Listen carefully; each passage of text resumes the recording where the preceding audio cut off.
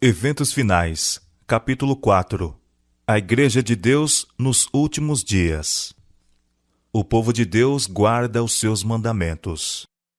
Deus tem na terra uma igreja que está erguendo a lei pisada a pés e apresentando aos homens o Cordeiro de Deus que tira o pecado do mundo. No mundo, só existe uma igreja que presentemente se acha na brecha, tapando o muro e restaurando os lugares assolados.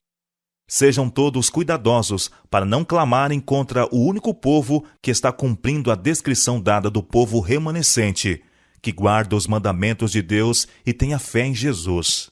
Deus tem um povo distinto, uma igreja na terra, inferior a nenhuma outra, mas a toda superior em suas facilidades para ensinar a verdade, para vindicar a lei de Deus. Meu irmão, se estais ensinando que a igreja adventista do sétimo dia é Babilônia, estais errado. Eles têm o testemunho de Jesus. À proporção que se avizinha o fim, e a obra que tem por objetivo transmitir ao mundo a última advertência, continua a estender-se. Vai se tornando mais importante para os que abraçam a verdade possuir uma compreensão clara tanto da natureza como da influência dos testemunhos que Deus, em sua providência, vinculou à obra da terceira mensagem angélica desde a sua origem. Os homens poderão apresentar um ardil após outro, e o inimigo procurará desviar as almas da verdade. Mas todos os que creem que o Senhor tem falado por intermédio da irmã White, Ele tem dado uma mensagem, estarão livres dos muitos embustes que surgirão nestes últimos dias. Haverá pessoas que pretenderão ter visões. Quando Deus vos der claro testemunho de que a visão é dele, podeis aceitá-la. Mas não aceiteis sob nenhum outro testemunho, pois o povo vai ser mais e mais desencaminhado em países estrangeiros e na América. Os seus marcos, as doutrinas bíblicas. O passar do tempo em 1844 foi um período de grandes acontecimentos, expondo ao nosso admirado olhar a purificação do santuário que ocorre no céu, e tendo clara relação com o povo de Deus na terra, e com as mensagens do primeiro, do segundo e do terceiro anjo, desfraldando o estandarte em que havia a inscrição: os mandamentos de Deus e a fé de Jesus. Um dos marcos desta mensagem era o templo de Deus, visto no céu por seu povo, que ama a verdade, e a arca que contém a lei de Deus. A luz do sábado do quarto mandamento lançava os seus fortes raios no caminho dos transgressores da lei de Deus. A não imortalidade dos ímpios é um marco antigo. Não consigo lembrar-me de alguma outra coisa que possa ser colocado na categoria dos velhos marcos. A missão especial dos adventistas do sétimo dia. O Senhor nos tornou os depositários de sua lei. Ele confiou-nos a sagrada e eterna verdade, que deve ser transmitida a outros em fiéis advertências, repreensões e encorajamento. Os adventistas do sétimo dia foram escolhidos por Deus como um povo peculiar, separado do mundo. Com a grande talhadeira da verdade, ele os cortou da pedreira do mundo e os ligou a si. Tornou-os representantes seus e os chamou para serem embaixadores seus na derradeira obra de salvação. O maior tesouro da verdade, já confiado a mortais, as mais solenes e terríveis advertências que Deus já enviou aos homens, foram confiadas a este povo, a fim de serem transmitidas ao mundo. Em sentido especial, foram os adventistas do sétimo dia postos no mundo como atalaias e portadores de luz. A eles foi confiada a última mensagem de advertência ao mundo a perecer. Sobre eles incide maravilhosa luz da palavra de Deus. Confiou-se-lhes uma obra da mais solene importância: a proclamação da primeira, segunda e terceira mensagens angélicas. Nenhuma obra há de tão grande importância. Não devem eles permitir que nenhuma outra coisa lhes absorva a atenção. Por que foi organizada a Igreja Adventista do sétimo dia? Aumentando o nosso número, tornou-se evidente que sem alguma forma de organização haveria grande confusão, e a obra não seria levada avante com êxito. A organização era indispensável para prover a manutenção do ministério, para levar a obra a novos campos, para proteger dos membros indignos tanto as igrejas como os ministros, para a conservação das propriedades da igreja, para a publicação da verdade pela imprensa e para muitos outros fins. Seu Espírito nos iluminou, mostrando-nos que deveria haver ordem e perfeita disciplina na igreja, e era essencial a organização. Método e ordem manifestaram-se em todas as obras de Deus, em todo o universo. A ordem é a lei do céu e deveria ser a lei do povo de Deus sobre a terra. A organização sempre será essencial. A menos que as igrejas sejam organizadas de tal maneira que possam ter e impor ordem, nada poderão esperar quanto ao futuro. Oh, como Satanás se regozijaria se alcançasse êxito em seus esforços de penetrar no meio deste povo e desorganizar a obra num tempo em que a organização integral é essencial e constitui a maior força para evitar os levantes espúrios e refutar pretensões não abandonadas pela palavra de Deus. Precisamos manter as linhas uniformemente para que não haja quebra do sistema de organização e ordem, que se ergueu por meio de sábio, cuidadoso labor. Não se deve dar autonomia a elementos desordeiros que desejem controlar a obra neste tempo. Alguns têm apresentado a ideia de que, ao aproximar-nos do fim do tempo, cada filho de Deus agirá independentemente de qualquer organização religiosa. Mas fui instruída pelo Senhor de que nesta obra não há isso de cada qual ser independente. À medida que nos aproximamos da crise final, em vez de achar que há menos necessidade de ordem e harmonia de ação, devemos ser mais sistemáticos do que temos sido até agora. A autoridade especial da Igreja de Deus. Deus investiu sua Igreja de especial autoridade, que ninguém tem razão em desrespeitar e desprezar, pois ao proceder assim, está desprezando a voz de Deus. O mais alto poder abaixo do céu concedeu o Senhor à sua Igreja. É a voz de Deus em seu povo reunido na qualidade de uma igreja que deve ser respeitada. Um tempo de debilidade e cegueira espirituais. Foi confirmado tudo quanto declarei em Minneapolis, que precisava haver uma reforma nas igrejas. Deviam ser efetuadas reformas, pois a debilidade e a cegueira espirituais se apossaram das pessoas que tinham sido agraciadas com grande luz e preciosas oportunidades e privilégios. Como reformadores, eles haviam saído das igrejas denominacionais, mas desempenham agora uma parte semelhante à que desempenharam as igrejas. Tínhamos a esperança de que não haveria necessidade de outra saída. Embora nos esforcemos por preservar a unidade do Espírito no vínculo da paz, não deixaremos pela pena e pela voz de protestar contra o fanatismo. Cristo diz o seguinte daqueles que se ufanam de sua luz, mas não andam nela. Por isso eu vos digo que haverá menos rigor para Tiro e Sidom no dia do juízo do que para vós outros. E tu, Cafarnaum, adventistas do sétimo dia que tiveram grande luz, que te ergues até os céus, com referência a privilégios, serás abatida até os infernos, porque se em Sodoma tivesse sido feitos os prodígios que em ti se operaram, teria ela permanecido até hoje. A igreja está na condição laodiceana. A presença de Deus não está no meio dela. Abuso de poder na sede da igreja. A própria Associação Geral se está corrompendo com sentimentos e princípios errôneos. Tem os homens tirado injusta vantagem sobre aqueles que eles supõem estarem sob sua jurisdição. Determinaram coagir os indivíduos. Governariam ou arruinariam. O poder despótico que se tem desenvolvido, como se a posição tivesse feito dos homens deuses, faz-me temer e deveria causar temor. É uma maldição onde quer e por quem quer que seja exercido. Apesar das responsabilidades em demasia sobre uns poucos homens, e alguns não fazem de Deus o seu conselheiro. Que sabem esses homens das necessidades da obra em campos estrangeiros? De que modo poderão saber como decidir as perguntas que lhes vêm pedindo informação? Seriam necessários 3 meses para os que estão em campos estrangeiros receberem a resposta de suas perguntas, mesmo que não houvesse demora em escrever. Os que vivem em países distantes não farão o que o bom senso lhes diz que é correto sem primeiro pedirem permissão a Battle Creek. Antes de prosseguirem, eles aguardam o sim ou não desse lugar. Não é sensato escolher só um homem para presidente da Associação Geral. A obra da Associação Geral tem se estendido e algumas coisas se têm tornado desnecessariamente complicadas. Tem se revelado uma falta de discernimento. Deve haver uma divisão do campo ou se deve idear qualquer outro plano para mudar a presente ordem de coisas. Líderes imprudentes não falam por Deus.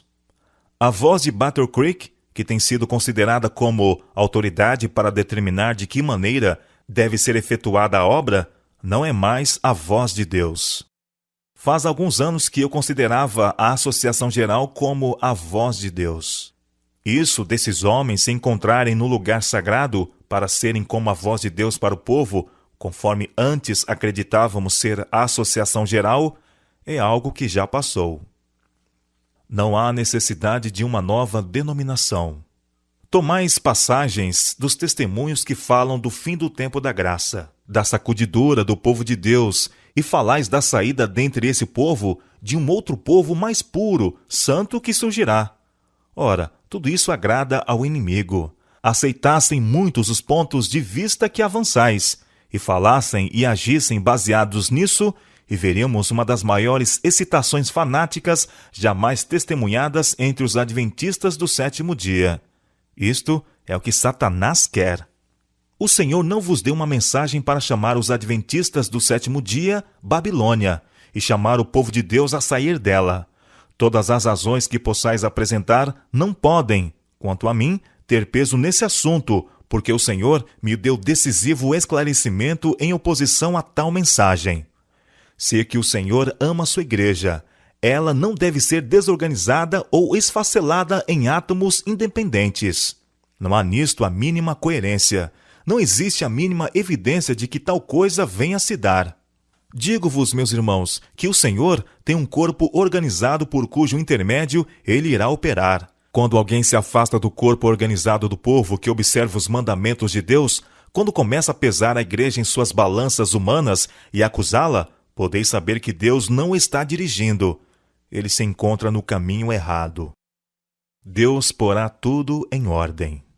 Não há necessidade de duvidar, de estar temeroso de que a obra não seja bem-sucedida.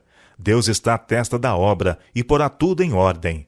Caso haja coisas necessitando serem ajustadas na direção da obra, Deus atenderá a isso e trabalhará para endireitar todo o erro. Tenhamos fé que Deus vai conduzir a nobre nau que transporta o seu povo em segurança para o porto. Não tem Deus uma igreja viva? Ele tem uma igreja, mas esta é a igreja militante e não a igreja triunfante. Entristecemo-nos de que haja membros defeituosos, de que haja joio no meio do trigo.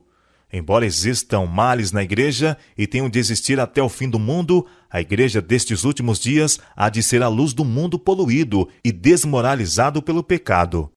A igreja, débil e defeituosa, precisando ser repreendida, advertida e aconselhada, é o único objeto na terra ao qual Cristo confere sua suprema consideração.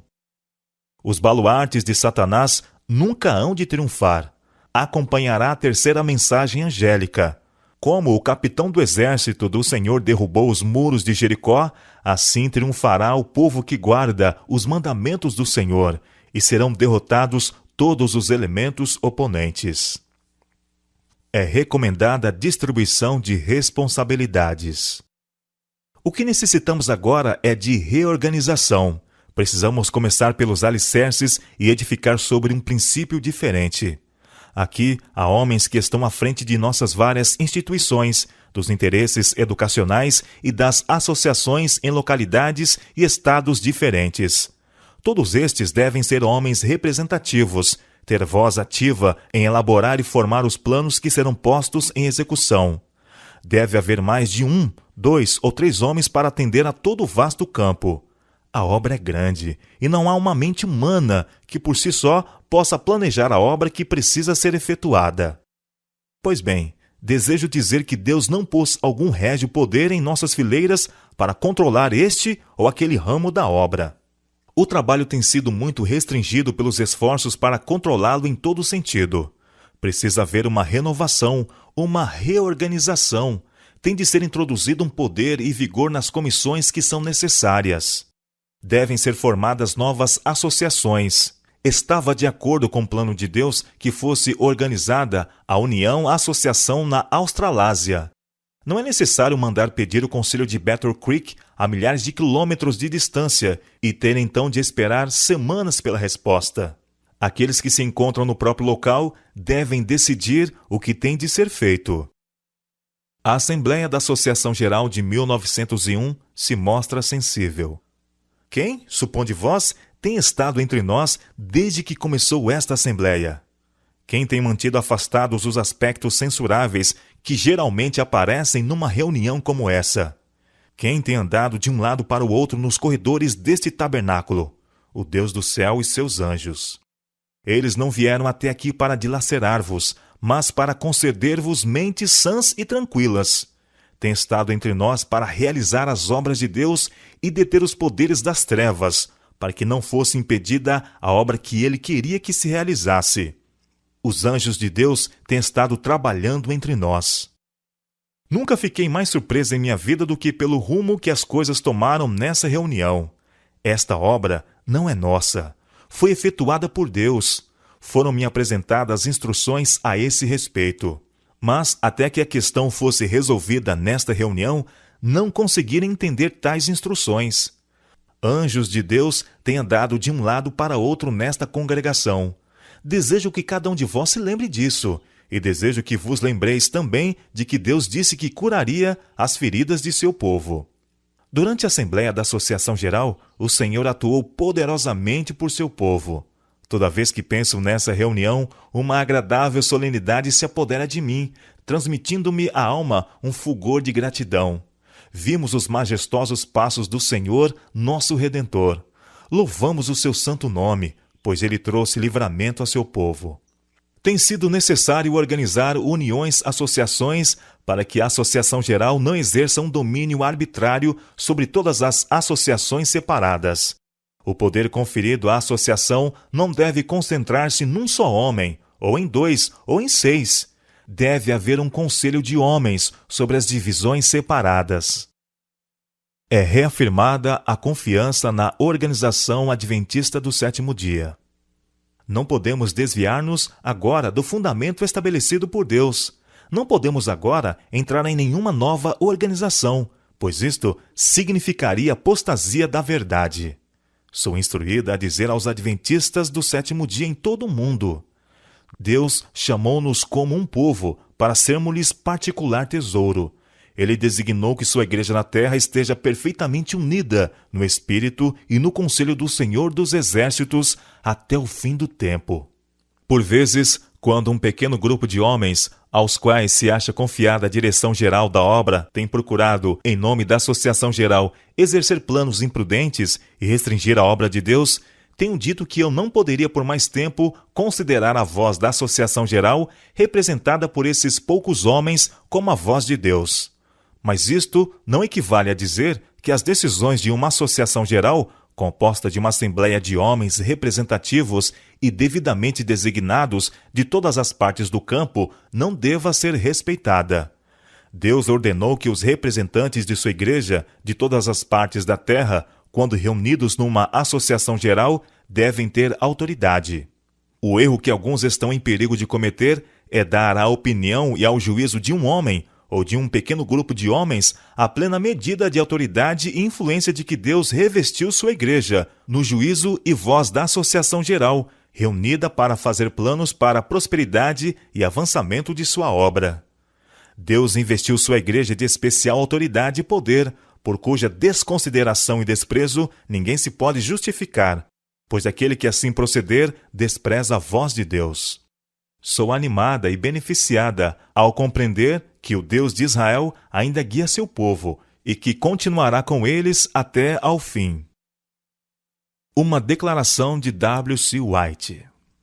Eu lhe contei como mamãe considerava a experiência da igreja remanescente e falei sobre o seu ensino positivo de que Deus não permitiria que esta denominação apostatasse tão completamente que houvesse o aparecimento de outra igreja.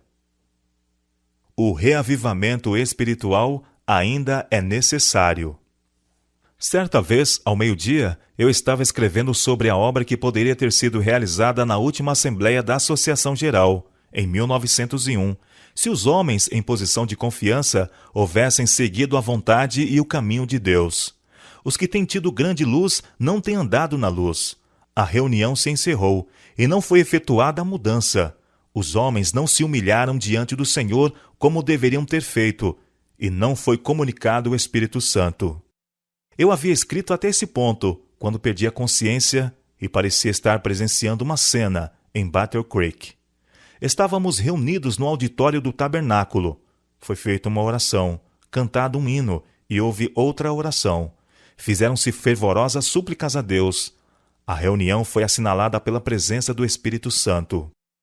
Ninguém parecia ser tão orgulhoso que não pudesse fazer sincera confissão, e os que tomaram a dianteira nessa obra foram os que tinham influência, mas antes não tiveram coragem para confessar seus pecados. Houve tal regozijo como nunca dantes se ouvira no tabernáculo. Então despertei de meu estado de inconsciência e durante algum tempo não consegui lembrar-me de onde eu estava. Ainda tinha a caneta na mão. Foram-me proferidas palavras. Isto poderia haver acontecido. O Senhor esperava realizar tudo isso por seu povo. Todo o céu estava à espera para ser benigno. Pensei onde poderíamos encontrar-nos se houvesse sido efetuada uma obra cabal na última Assembleia da Associação Geral.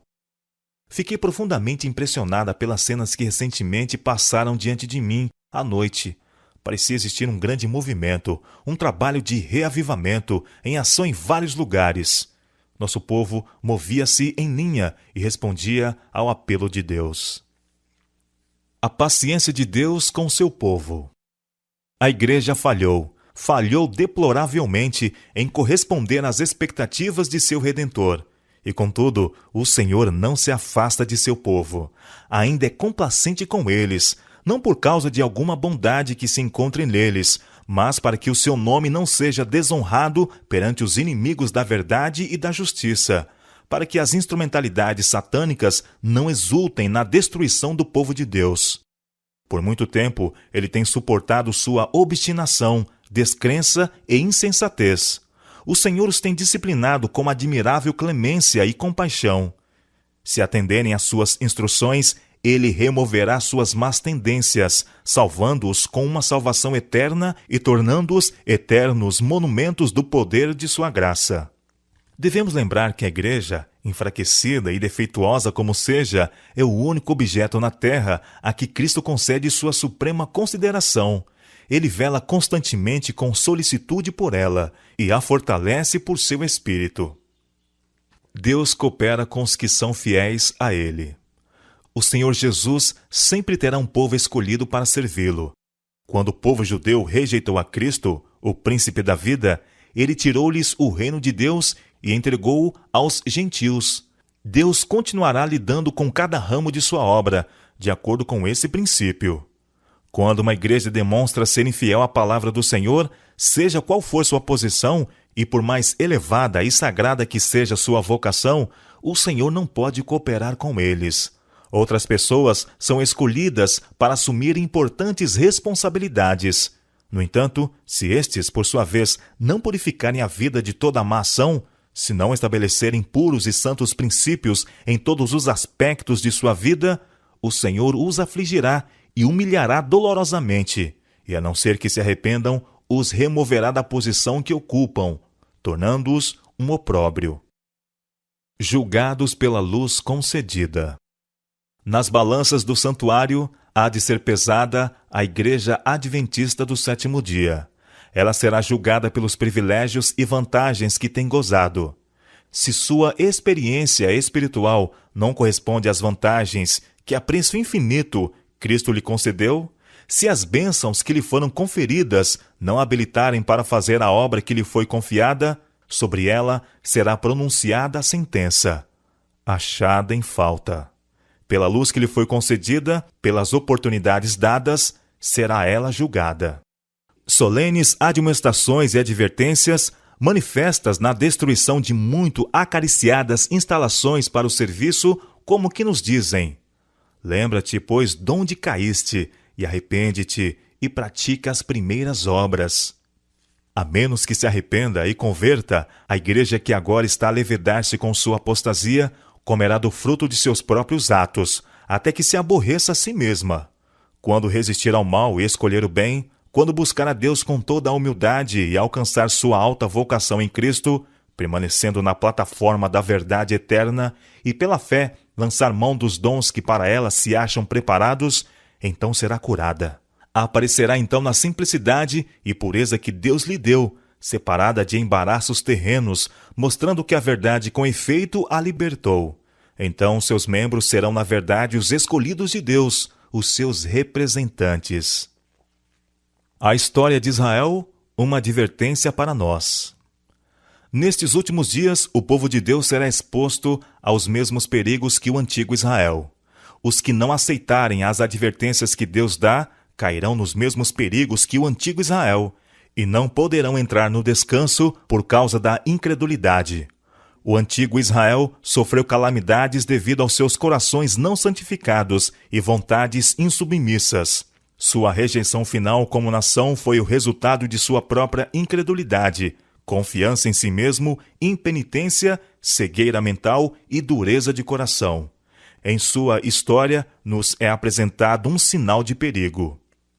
Tende cuidado, irmãos. Jamais aconteça haver em qualquer de vós perverso coração de incredulidade que vos afaste do Deus vivo, porque nos temos tornado participantes de Cristo, se de fato guardamos firme até o fim a confiança que desde o princípio tivemos. Hebreus capítulo 3, versos 12 e 14. A igreja militante é imperfeita. A igreja militante não é a igreja triunfante, e a terra não é o céu.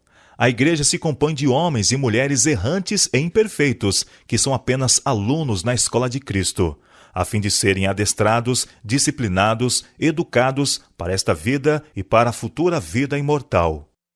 Algumas pessoas parecem pensar que, ao entrar na igreja, se lhes são cumpridas as expectativas e só encontrarão os que são puros e perfeitos. São zelosos na fé e, ao verem faltas nos membros da igreja, dizem: abandonamos o mundo para não nos associarmos com caracteres maus, mas aqui também está o mal. E perguntam, como servos da parábola: por que tem então joio? Mas não precisamos ficar assim desapontados, pois o Senhor não nos autorizou a chegar à conclusão de que a igreja é perfeita. E todo o nosso zelo não terá êxito em tornar a igreja militante tão pura como a igreja triunfante. A igreja triunfante será fiel e semelhante a Cristo. A obra está prestes a concluir-se. Os membros da igreja militante, que se houverem demonstrado fiéis, tornar-se-ão a igreja triunfante. A vida de Cristo estava imbuída da divina mensagem do amor de Deus e anelava intensamente transmitir esse amor aos outros em abundante medida. O seu semblante irradiava compaixão e sua conduta caracterizava-se pela graça, humildade, verdade e amor. Todo membro de sua igreja militante deve manifestar as mesmas qualidades se deseja fazer parte da igreja triunfante.